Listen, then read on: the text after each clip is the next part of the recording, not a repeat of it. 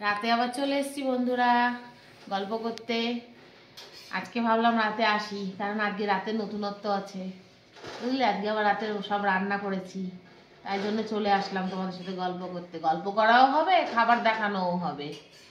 আর একটা সিনেমা দেখছিলাম, বেশ ভালোই লাগলো। তার ফাঁকে ফাঁকে আবার একটু রান্না বান্না করে নিলাম, কারণ আজকে দুপুরে সেরকম কিছু করিনি, তাই জন্য রাতে রান্না করতেই হলো।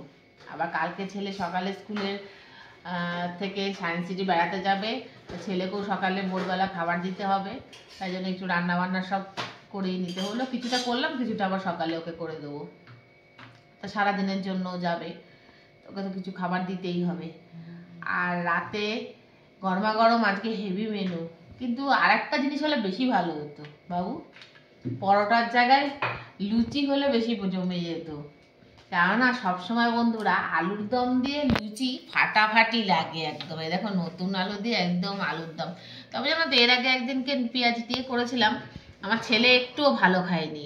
নিরামিষ করলে আমার ছেলে ভালো খাচ্ছে, তাই জন্য আজকে পুরোপুরি নিরামিষ। আজকে আমার সোমবারে নিরামিষও, তাই জন্য একদম দেখো কষা কষা করে নতুন আলু। তবে একটু মটরশুঁটি পড়লে ভালো লাগতো, মটরশুঁটি আর দেওয়া হয়নি, আনা ঘরে ছিল না, আর আনাও হলো না, আর দেওয়াও হলো না।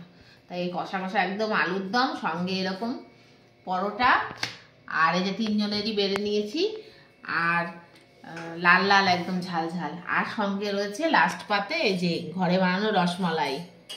একদম বন্ধুরা রসমালাই বানিয়েছি আজকে বাড়িতে।